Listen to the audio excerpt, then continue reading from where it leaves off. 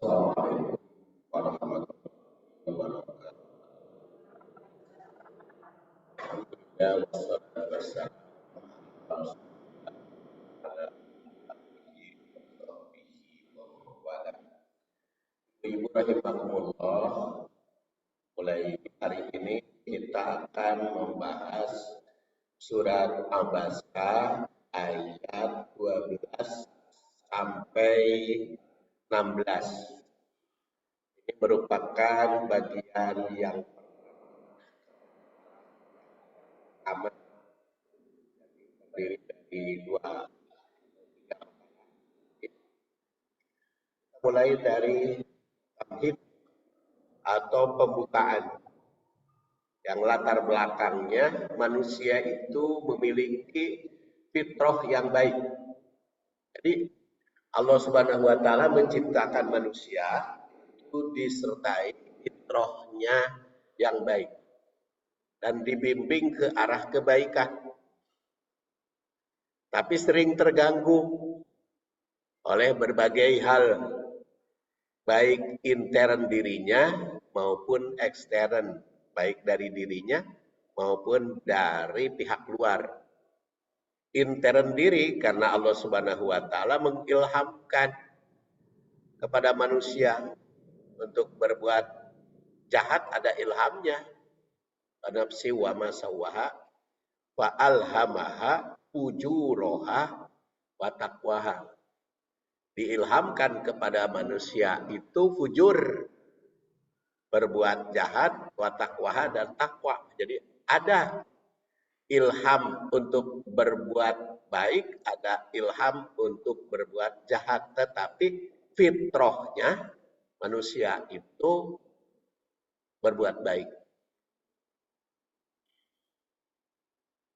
Jadi ilham takwa, ilham fujur itu ada, tapi fitrahnya berbuat baik. Manusia diberi kebebasan untuk memilih mana yang baik, mana yang buruk. Mangga oleh Allah diberi fasilitas untuk berbuat baik diberi, untuk berbuat buruk juga dikasih jalan. Makanya pasanu yasiruhu lil yusra atau pasanu yasiruhu lil usra. Faktor ekstern yang mempengaruhi manusia utamanya lingkungan sekitar. Di samping itu ada setan yang selalu menggoda. Makanya kan mamin mauludin illa yuladu alal fitrah fa abawahu yuhawidanihi au yunassirani. Fa abawah itu dari abun, bapak. Di bapak-bapak moyang. Fa abawah. Jadi ada itu yang menggoda ya dari ekstern. Itu semua digambarkan oleh nenek moyang atau bapak moyang manusia, yaitu Nabi Adam. Nabi Adam kan sampai diusir dari surga karena digoda dan tergoda. Panasia di dalam surat Toha. Jadi dalam surat Toha itu ada ba'aso, ya, tergoda, panasia, lupa. Itu faktor ekstern sehingga terganggu oleh setan. Kehidupan Nabi Adam sejak dari surga hingga turun ke bumi itu menggambarkan sifat manusia pada umumnya. Adam itu di surga dulu, kemudian diusir, itu tergambar dalam diri manusia. Kita juga akan mengalami di surga. Di alam rahim itu kan fasilitasnya disediakan, segala keinginan ada. Kemudian keluar dari bumi banyak godaan. Dan juga itu merupakan fitrah dari Allah Subhanahu wa taala. Jadi sebetulnya fitrah manusia teh ahli surga sebetulnya. Kan penduduk surga asalnya. Jadi lamun anu kana neraka teh eta teh geus keluar tina fitrah karena pada dasarnya manusia itu ahli surga. Dan kalau kita lihat keinginan atau kehendak Allah itu digiring manusia itu supaya masuk surga. Hanya di keluar Al-Qur'an sebagainya. Jadi hingga turun ke bumi itu sebetulnya karena ada perbuatan salah. Agar manusia bisa selamat dari segala gangguan setan dan pengaruh negatif lainnya, maka Allah Subhanahu wa taala menurunkan berbagai peringatan pada manusia. Peringatan akan terus-menerus sejak Rasul diutus sehingga umatnya di akhir zaman. Siapa yang menerima peringatan maka akan selamat, dan siapa yang menolak peringatan, tergoda setan, maka akan celaka. Nah, kajian ayat berikutnya menggambarkan peringatan. Isi peringatan yaitu Al-Quran. Makanya kita lihat ayat, kita kaji. Rumusannya, melihat latar belakang tadi, betapa penting manusia itu mendapat peringatan karena suka tergoda oleh lingkungan. Persoalannya, mengapa banyak manusia yang sulit diberi peringatan? Mengapa terdapat orang yang kelihatannya baik dan menarik untuk didakwahi, tapi ternyata membangkang? Ini kan lalapan pada ayat sebelumnya yang kita bahas di Al-Hujurat, kemudian beralih ke Baitur Rahim, ke Majelis Taklim Baitur Rahim, karena di Al-Hujurat jadi kajian.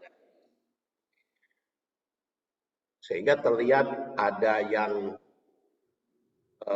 menarik untuk diberi peringatan seperti Umayyah bin Khalaf, para pembesar Quraisy, sehingga Rasulullah SAW tertarik untuk mendakwai mereka, tapi malah justru susah.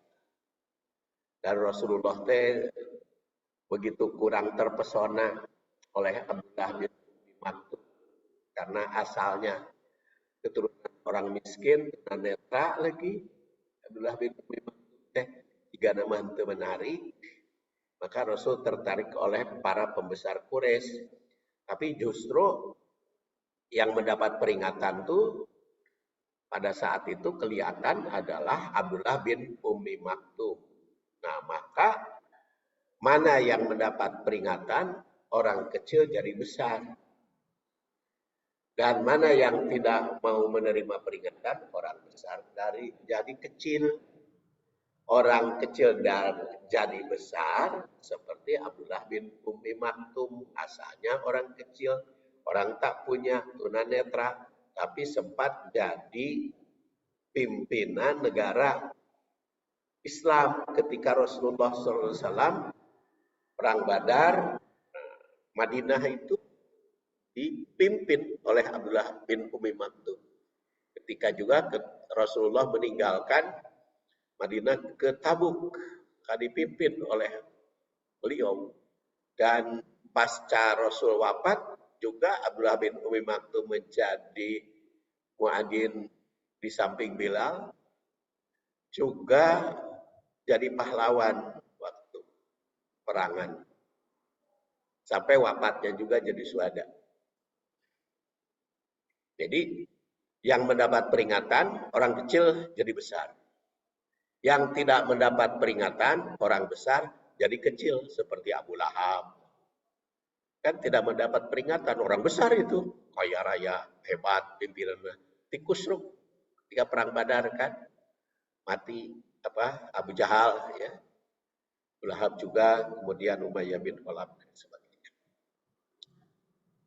Tujuan kajian ini setelah tadabbur surat Abasa ayat 12 sampai 16 itu diharapkan memperoleh informasi.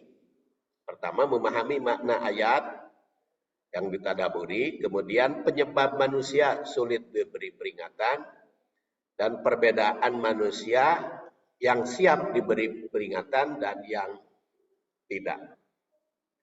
Sekarang kita lihat ayatnya. A'udzubillahi minasyaitonirrajim. Faman syaa'a dzakarahu. fi suhufim mukarramah marfu'atim mutahharah bi aidi safarah kiramim bararah. Faman barang siapa sya'a berkehendak atau berkeinginan zakarah maka mengambil pelajaran atau memperoleh peringatan fi suhupin fi di suhub itu jama dari sohifah mukarramah yang dimuliakan fi suhufim mukarramah di suhub yang dimuliakan marfu'atin yang diangkat ke atas derajatnya mutahharah yang disucikan bi aidi sabaroh di tangan-tangan para utusan. Sabaroh itu jama dari safir, tangan. Kiramin baroroh, muliaan makhluk yang mulia yang baik, berbudi pekerti yang baik. Siapa yang menghendaki tentulah akan memperhatikannya, dapat peringatan.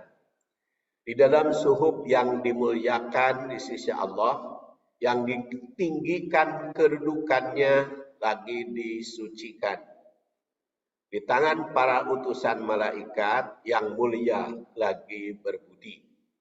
Surat Abasa ayat 12 sampai 16 sampai 6 sampai 16. Sekarang kita lihat tanasub atau keterkaitan ayat ini dengan ayat sebelumnya.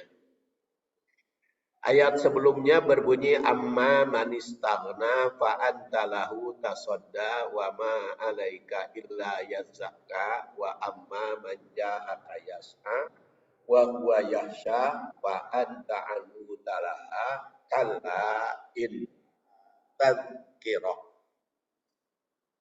Ayat sebelumnya memberikan kritikan kepada pemberi peringatan yang terlalu perhatian terhadap orang yang dianggap kaya dan pembesar.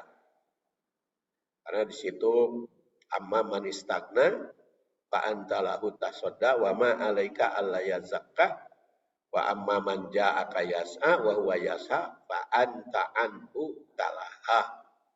Jadi pada orang yang merasa cukup, merasa pembesar, seperti para pembesar Quraisy, engkau perhatikan. Padahal ternyata kurang sungguh-sungguh. Wa amman ja'aka yas'a, sedangkan orang yang khusyuk berjuang, wa huwa yas'a, padahal hanya takut kepada Allah, fa anta anhu talaha, kamu kurang memperhatikan. Ingat, itu merupakan peringatan. Jadi kadang-kadang kan kita juga begitu, sedang pengajian, sedang ceramah, atau sedang ngobrol. Kan penuh perhatian kepada orang tertentu dan kurang memberikan perhatian kepada tertentu lagi. Kadang-kadang kan kita begitu. Nah, ya jangankan seperti kita manusia, ya Rasul juga sempat seperti itu. Jadi terlalu perhatian terhadap orang yang dianggap kaya dan berbesar dan menyepelekan pada yang lemah. Nah, ayat berikutnya menandaskan bahwa siapapun yang berkehendak itu dapat mengambil peringatan. Paman sya'a itu kalau ada keinginan mah pasti akan mendapat peringatan. Oke. Tanasub atau kaitan yang pertama ayat ini sebelumnya. Kemudian kaitan yang kedua, pada ayat sebelumnya ditandaskan bahwa orang yang takut pada Allah, yaitu wahuwa yahsha, akan berusaha mendapatkan peringatan. Karena di situ ja'aka wa amma man ja'aka yas'a. Jadi orang yang ingin mendapat pelajaran akan sungguh-sungguh belajarnya, semangat. Yas'a. bersikeras, berusaha. Yang mamnuatnya man salaka tariqan ilal ilmi salakallahu tariqan ilal jannah. Barang siapa yang berusaha sekuat tenaga untuk mempelajari ilmu, untuk mendapatkan ilmu, maka Allah memberikan jalan ke surga. Tapi lamun keselelekat, biasa-biasa saja gitu. Allah juga biasa-biasa saja, tapi kalau kita semangat gitu, cari ilmunya, Allah juga memberikan. Salaka itu boleh diartikan seseleket lah, bahasa Sunda. Leket, cari kesempatan gitu, untuk mendapatkan ilmu. Nah, Allah juga akan memberikan kesempatan jalan ke surga. Nah, itu wahwa yahsya. Karena yang hanya takut kepada Allah. Jadi barang siapa yang berusaha untuk mendapatkan peringatan, maka Allah akan berusaha memberikan ilmu. Barang siapa yang berusaha untuk mendapatkan ilmu, Allah akan memberikan kesempatan jalan ke surga. Jaminannya ya, kalau kita ingin mendapatkan ilmu itu jalannya ke surga. Makanya jalan ke surga teh seueur pisan. Jalannya teh banyak gitu, jalan ke surga teh. Tapi sedikit anu nempuh gitu ya. Yang nempuhnya kan sedikit. Ya di antara masyarakat kita aja, di antara RW gitu kan, yang semangat untuk mencari ilmu itu kan lebih sedikit dibanding dengan yang tidak semangat. Kan ada iya mah resep nanti rame gitu kan, di hari anu rutin mah haroream, lamun anu rame nepi kasireun resep. Jadi itu ya hal yang lumrah. Memang begitulah tabiat ya, sedikit. Maka timbul pertanyaan, di manakah peringatan itu sumbernya? Maka ayat berikutnya itu menjawab, yaitu fi suhufim mukarramah. Peringatan ilmu yang mendalam itu adanya fi suhufim mukarramah. Di suhuf yang dimuliakan. Kaitan yang ketiga, manusia tidak tahu mana orang yang benar-benar dengan sungguh-sungguh mencari ilmu, mana pula yang hanya sekadarnya. Manusia itu tidak tahu. Jangankan seperti kita, Rasul aja nggak tahu. Mana yang sungguh-sungguh, mana yang biasa-biasa saja, sampai digambarkan lebih perhatian kepada Abu Lahab Umayyah bin Khalaf, para pembesar Quraisy dibanding dengan Abdullah bin Umi Maktum. Ya, padahal Abdullah bin Umi Maktum yang khusyuk. Kadang-kadang kurang mendapat perhatian, asalnya kan gitu, kritikan dalam ayat sebelumnya. Itu Rasul, apalagi kita, apalagi para ustadz, para ulama, nggak tahu mana yang benar-benar dosen, guru juga nggak tahu mana yang benar-benar, mana yang biasa-biasa. Pada ayat berikutnya ditandaskan bahwa sumber peringatan itu karena pusatnya di ID Safaroh. Sumber peringatan ID Safaroh. Kalau sebelumnya Rasul sampai Talaha, di sini tandaskan sumbernya di ID Safaroh. Kemudian keempat, pada ayat sebelumnya secara tersirat terungkap bahwa orang yang tidak suci hatinya akan sulit untuk mendapatkan peringatan. Makanya kalau kita ingin mendapatkan peringatan, hatinya harus bersih. Sebab kalau kotor, sulit. Imam Ghazali itu yang wafat abad ke-5 450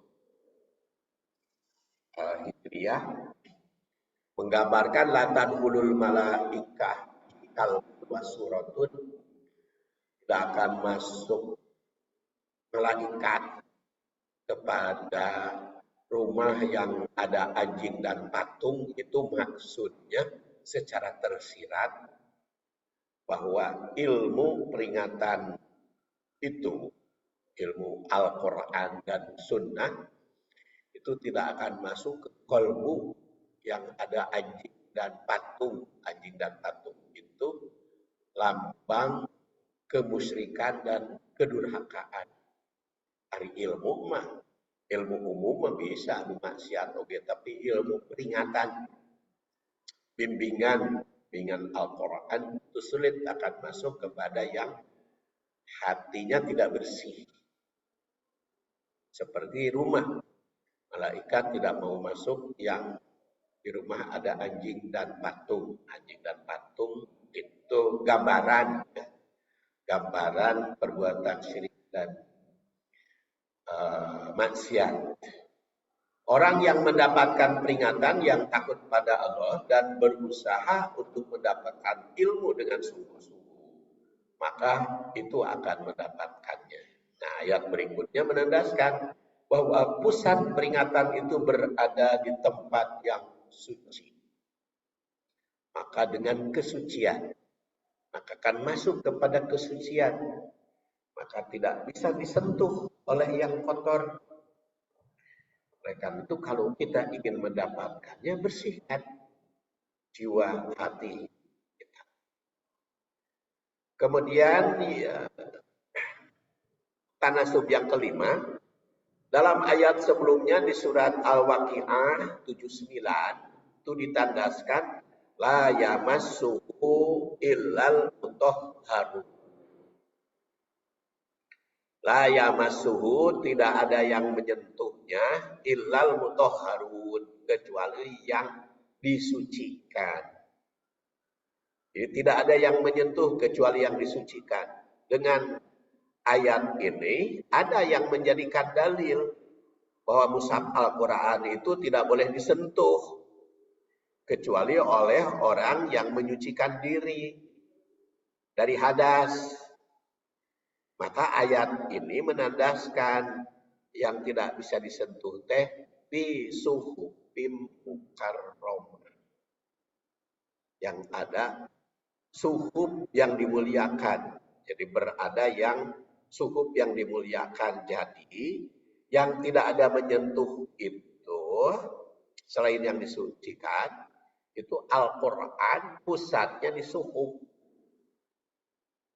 Walaupun ada yang ulama kan yang menjadikan dalil bahwa mushaf temenang dicabak kun can wudu kan ada itu, ada yang menjadikan dalil ya, karena memang ada juga hadis Rasulullah SAW mengutus ke Yaman, itu Rasul bersabda la masuhu ila qahir, tidak menyentuhnya kecuali yang suci. Tapi kan suci di situ apa? Walaupun seperti tadi dikatakan ada yang berpendapat harus bersuci dulu. Tapi yang maksudnya itu kan pisuhubi mukaromah. Kalau berdasar surat Abasa mah, karena berarti Quran itu menang dicabak penucan wudu gitu. Tapi pisuhubi mukaromah. Nanti kita bahas selanjutnya. Itu adalah kaitan ayat dengan ayat sebelumnya, atau istilahnya tanasub, tanasubul ayat ila awaliha. Sekarang tanasub dengan hadis. Tanasub ayat ini dengan hadis. Al-Quran diturunkan sebagai peringatan bagi manusia. Tapi ada yang merasa tidak tertarik.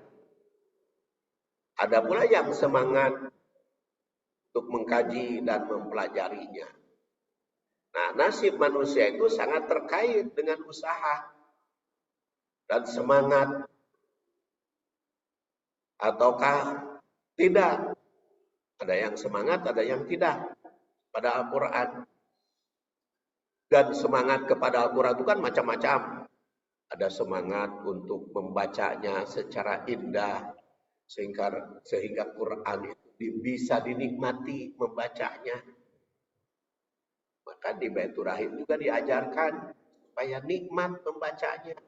Ibu nikmat yang mengajarkan, yang Pak Usep, supaya nikmat membacanya. Hanya ya Ibu Nima ya, yang bacaan mah tahsinun tilawah dan nikmat. Ada juga yang tertarik untuk menghafalnya. Sehingga ayat Quran itu hafal beneran. Ucap-ucapnya, seluruhnya hafal. Ada yang juga yang senang maknanya, artinya, kesehariannya juga begitu kan. Ada yang senang, nikmat membaca. Sampai ada sahabat yang namatkan Quran sehari satamatan. Tanyawan ku Rasul ditegur. Kata Rasulullah SAW, inna li jasadika hakun, wa inna li zawjika hakun. Jasadmu juga punya hak. Ayo baca Quran sehingga sehari satamatan. Ai badanmu rek dikamanakeun teu diurus. Istrimu juga, keluargamu. Kata Rasulullah, Iqra Al-Quran fi kulli syahr. Cukup 1 bulan we satamatan. Kata Rasul. 1 bulan satamatan, tong tiap hari. Tapi dia ngajukan lagi, ya tuh 1 bulan mah sakedeung teuing, apa? Lambat teuing. Kata Rasul udah 20 hari. Tapi dia masih protes, ya Rasulullah, 20 hari mah masih banyak peluang karena memang sahabat itu sangat rajin gitu membaca dan tidak punya kegiatan. Akhirnya kata Rasulullah udah 1 minggu aja. Kata Rasulullah ada juga yang lebih, jangan. Kata Rasul jangan melebihi. Jadi alternatif pertama berapa? Yang paling baik? Sabulan. Kan tak disebutkan ku Rasul teh. Jadi kalau kajian hadisnya itu disebut pertama itu paling bagus. Fikul lisar, jadi yang paling bagus mah sabulan satamatan. Atau pan lobakeun kegiatan, ya kan ada tahsinnya, diperbagus suaranya, ada tarjamahnya, dipahami, ada tafsirnya, dihayati seperti sekarang ini, ada juga takwilnya, bagaimana isinya, ada juga tatbiknya, penerapannya. Tuh. Makanya kata beliau itu ya, dulu teh padahal saya teh ngambil anu rukhsah we sabulan sakali gitu, tamatan. Jadi, nah itu salah satu contoh. Sama dengan pernah saya juga sampaikan saum. Saum tiap hari kan beliau kata Rasul cukup aja sebulan 3 hari. Cukup aja sebulan 3 hari. Ya Rasul kalau sebulan 3 hari masa tinggi. Ya udah. Saum sehari 2 ente gitu Senin Kamis. Atuh kurang kene, sok atuh yang lebih mah sehari saum sehari tidak. Jadi yang paling bagus 3 hari dalam 1 bulan. Jadi alternatif yang paling bagus alternatif yang paling ringan itu sebulan 3 hari. Tapi kan aya nu tiluanana ibu mah. Aya sebulan 3 hari ongko, ada Senin Kamis ongko, ada sehari saum sehari tidak. Kumaha tuh bingung. Bingung lah kumaha. Saum yang 3 hari ini. 13, 14, 15. Kebenaran tanggal 13 na Kamis. Itu teh saum Senin atau Kamis atau saum bulanan. Atau Quran oke lamun lamun sadayani canak mah sarua atuh nu sabulan ongko, nu 20 hari ongko, nu saminggu ongko. Kan itu nadanya itu sama. Jadi kalau berdasar hadis mah eta teh pilihan. Mau sehari 3 hari, mau 1 bulan atau mau Senin Kemis atau mau sehari saum sehari tidak sanes sadayana. Jadi bingung atuh sadayana mah. Jadi ibu itu mau 3 hari 1 bulan atau mau Senin Kamis gitu. Kalau ibu saum Senin Kamis, nah 3 hari na entong atuh pan milih. Milih.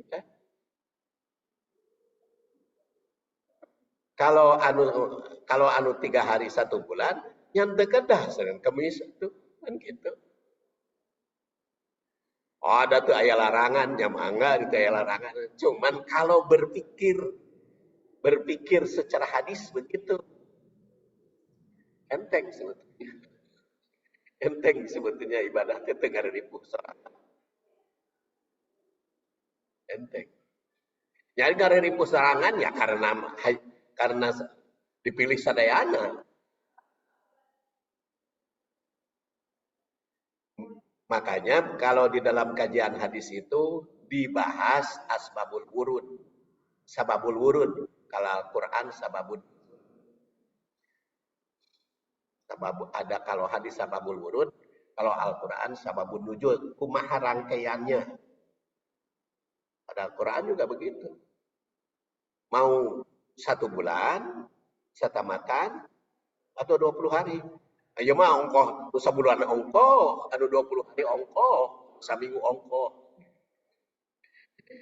Itu sababul wurud. Kalau berpikir hadis. Ini tanasub dengan hadis ya. Tanasub dengan hadis. Sama sholat juga kan sama itu. Sholat juga bu. Ada hadis baina kulli adanana ini sholatun. Antara 2 adan ada sholat. Itu mufrad, sholatun, mufrad. Kalau jamak sholawat. Jadi antara adan dan qomat itu 1 sholat. Jadi kalau sudah adan, nungguan qomat 1 sholatnya. Ya 1 aja. Kalau nungguan qomat duhur, datang ke sini terus ada encan qomat 1 aja. Mau 4 rakaat mangga, mau 2 mangga. Asar juga 1 aja. Maghrib juga 1 aja. Isya juga 1 aja. Subuh juga 1 aja. Ono aya nu 3. Terus salat naon tadi? Tahiyatul masjid. Anu kadua salat fajar, anu katilu salat qobla subuh. Nah, Rasul juga menyatakan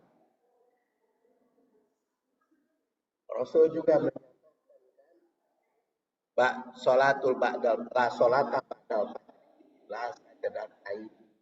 Tidak ada sholat setelah adzan fajar kecuali sajadatain teh 2 sujud, 2 ruku maksudnya. Cukup 1 we.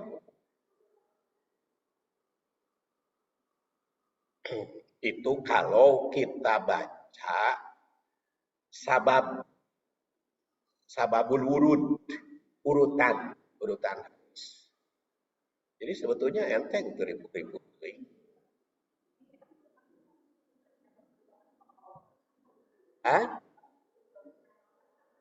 Ya 1 aja.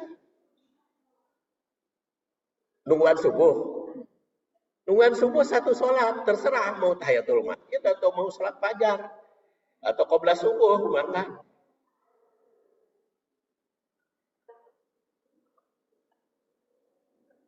ah,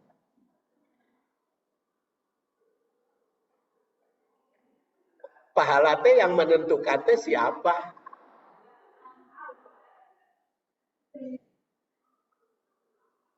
Nah kecuali kalau belum adan.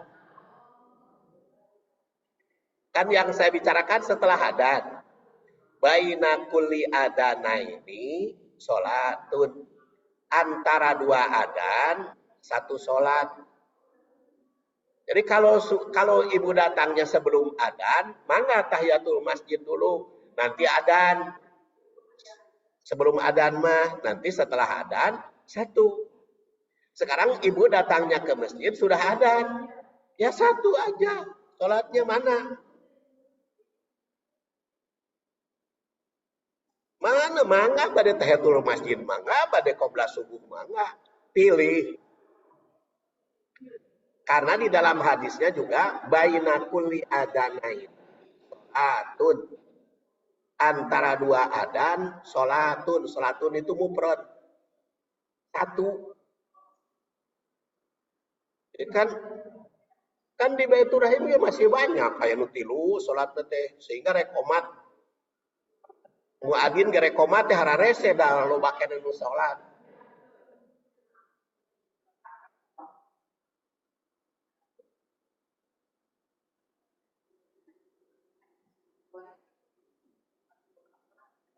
Sudah komat.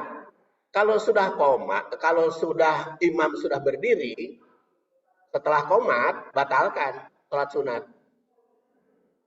Kan fardu. Iya. Baru satu rakaat udah komat, bukan komat kriterianya.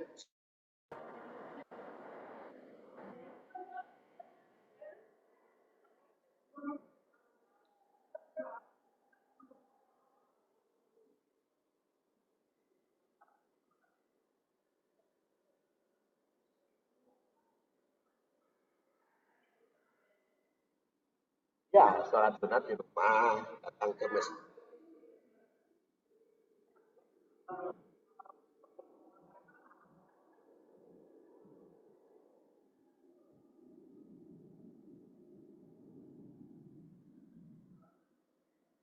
Kunaon berparem.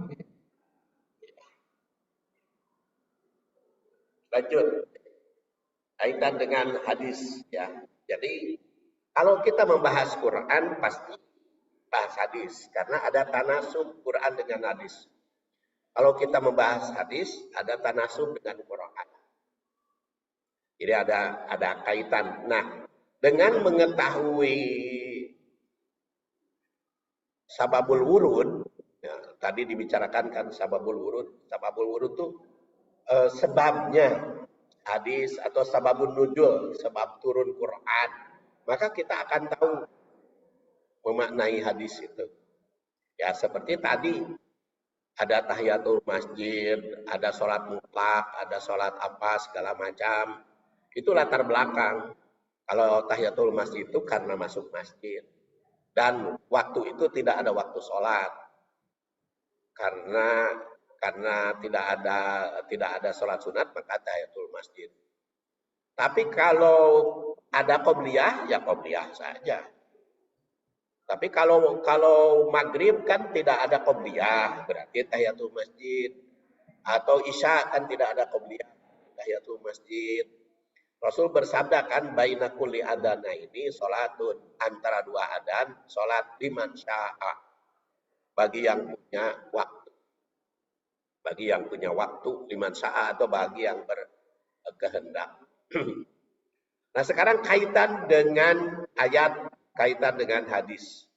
Abu Musa al-Ash'ari, Abu Musa al-Ash'ari yang pernah jadi juru bicara Ali bin Abi Thalib ketika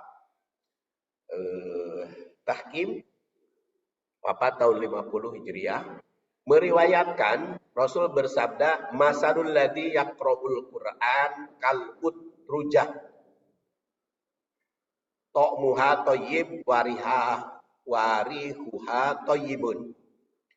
Perumpamaan orang mukmin yang membaca Quran seperti utrujah.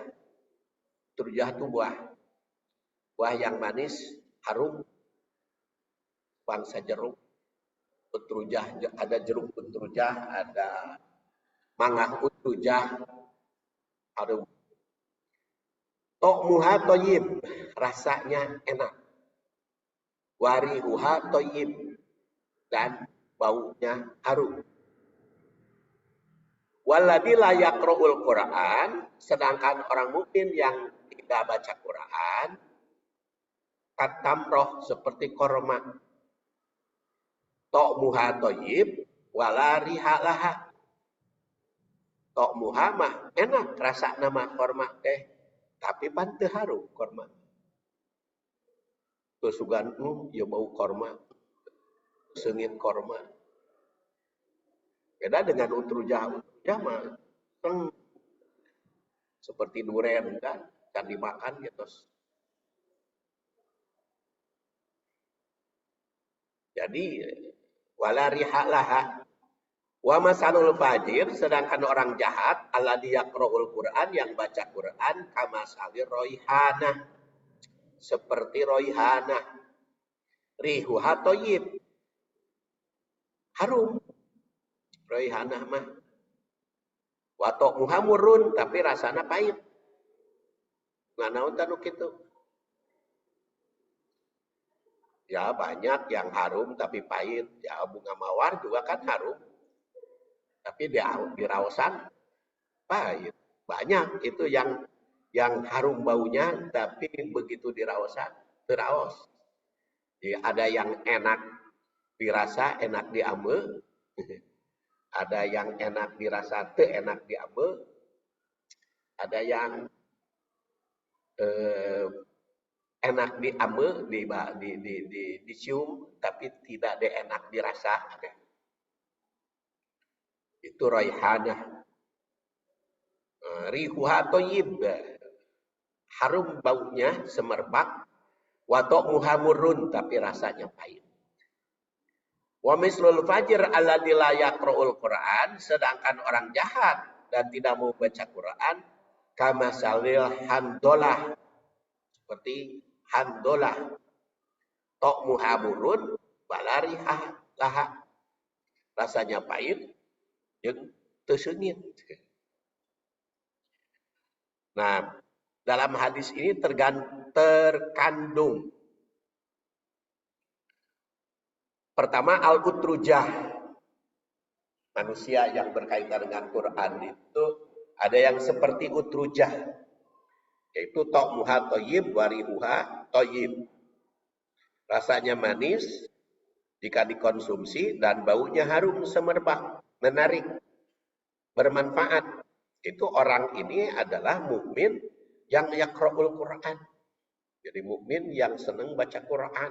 Baca Qurannya indah, bagus, maknanya paham, terapkan, kan harum itu di kalangan umat.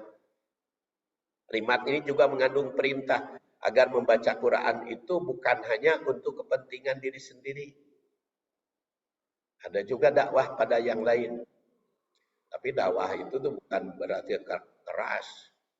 Ayo we ibu dina angkot baca Quran tari. Ayo batur teu enakeun. Saya pernah bawa jamaah umroh. Pas di pesawat baca Quran tarik. Ibu tong tarik teuing ngaos Quran teh. Bukan cuma dakwah. Ya dakwah, ai dakwah teh kudu enakeun batur. Ari kira-kira orang lain tidak tentram hayang sare kaganggu. Harus jangan sampai pihak lain teu enak gitu. Kita juga kan masjid kan begitu. Ya berapa menit sebelum adzan kita juga diatur. Makanya ketika Jumatan saya usulkan kepada masjid, Ya kalau sudah setengah jam lagi mau duhur, sholat Jumatnya atas berhenti baca Quran. Kenapa? Kan kalau kita sudah masuk masjid, nunggu imam naik mimbar atau nunggu nunggu imam mengkhutbah, kan kita dianjurkan sholat. Ya laki-laki ya, karena perempuan makan itu wajib Jumat. Laki-laki itu harus banyak sholat. Nunggu imam nunggu imam berkhutbah teh banyak sholatnya teh sabreg we teh mah sakadaek sholatnya. Dua rakaat sholat lagi. Sholat naon terserah sholat naon. Pokoknya mah harus banyak kita mah. Tapi kalau sudah imam naik mimbar berhenti sholatnya. Tapi sebelum naik mimbar itu sholat banyak. Tapi kan banyak yang tidak sholat gitu. Ya, banyak di Baitur Rahim juga yang tidak sholat. Imam belum imam can naik mimbar teh aya anu calik we, aya anu wiridan, padahal itu dianjurkan sholat. Di masjid juga sama. Di berbagai masjid juga sama. Karena banyak yang tidak tahu. Padahal justru di situ. Nah karena dianjurkan sholat, kan pendengaran terganggu. Sebab kalau kita sedang sholat sunat, terus di sini ada yang baca Quran, kan terganggu. Makanya bagus nama masjid teh begitu setengah jam lagi mau duhur terus berhenti. Jadi kalau duhurnya jam 12 ya setengah 12 berhenti baca Quran. Iya. Pan eta mah baina kuli adanain antara dua adan, pan dia macan adan. Iya sebelum adan kan imamnya naik mimbar kan, kalau imam naik mimbar kan adan, tidak ada lagi sholat.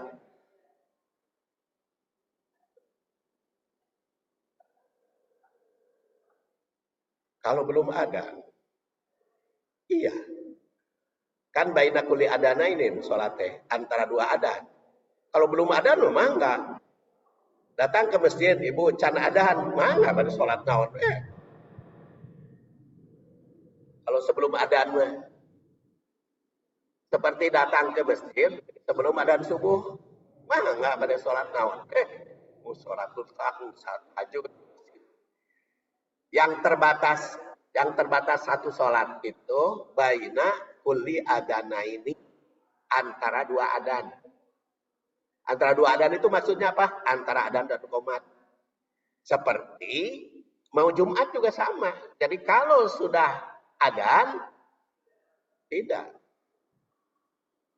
Kan harus mendengar khutbah. Jadi itu menunggu waktu adan memang nggak pada sholat bolak-balik ya. Pilih we, pada sholat mutlak, pada sholat tahiyatul masjid heula. Itu dari mana tadi? Kemudian kamasalil handol apa yang ya itu tadi ya. Ada yang toyib, rasa, toyib, bau, ada yang raihanah, rihwah toyib, tapi rasanya pahit. Ada juga yang sekarang tarikh hadis, tarikh ayat. Secara historis atau tarikh, ayat sebelumnya mengungkap sifat manusia yang beraneka ragam. Ada yang semangat mencari ilmu dan peringatan seperti Ibnu Ummi Maktum. Ada pula yang jiwanya kotor seperti sebagian pembesar Quraisy seperti Umayyah bin Khalaf dan Abu Jahal. Ayat berikutnya menegaskan bahwa yang bersih akan mendapatkan peringatan secara baik. Sekarang kita lihat tafsirnya.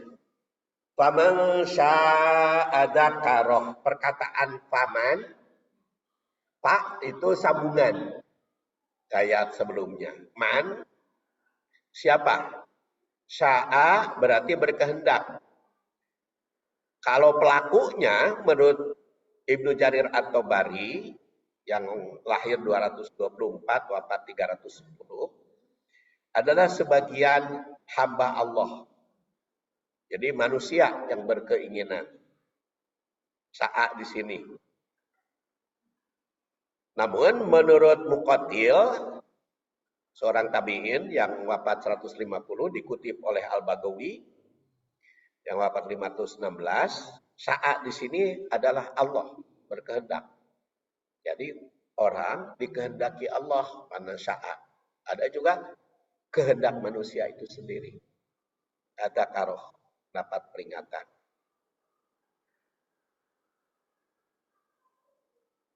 Dan peringatan itu di mana? Fi suhufi mukarramah. Yaitu suhuf. Suhuf itu jama dari sohifah. Yang berarti lembaran. Suhuf itu jadi lembaran. Makanya tulisan Al-Quran disebut mushaf. Lembaran. Atau sohifah juga halaman. Di suhuf Ibnu Jauzi menerangkan terdapat dua makna suhuf di sini. Yaitu tulisan Al-Quran yang ada di Lauh Mahfuz. Itu yang pertama. Yang kedua, suhuf di situ tulisan dalam kitab yang disampaikan kepada para nabi. Dan mukarramah itu dimuliakan. Fi suhufi mukarramah. Jadi ini mah yang ada di kita mushaf, tapi isinya itu di Lauh Mahfuz. Terus sebagian ulama mengartikan demikian. Marfu'atim mutahharah. Marfu'ah itu yang diangkat setinggi mungkin di sisi Allah Subhanahu wa taala. Karena firman Allah itu maha tinggi, maka otomatis tinggi derajatnya.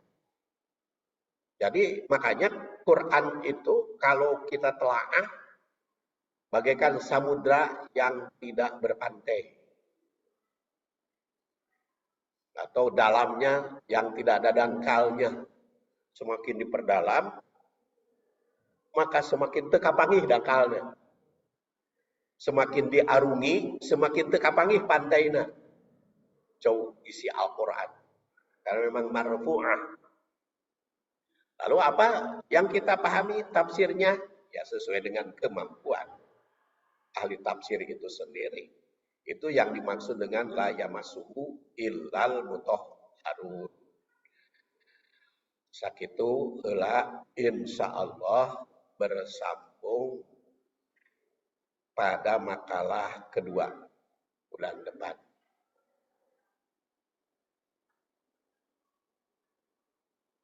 Dua, maknanya kan dua. Tadi ada bermakna kehendak Allah, ada kehendak manusia. Iya, betul. Iya. Sa'a. Paman sa'a itu bisa dua arti. Kehendak dari Allah atau kehendak manusia. Jadi ada usaha. Maka Allah mengikuti usaha manusia. Ya, kita tutup dengan karena sudah jam 3. Subhanakallahumma wa bihamdik asyhadu an la ilaha illa anta astaghfiruka wa atubu ilaik. Tos jam 3. Enggak, bulan depan aja.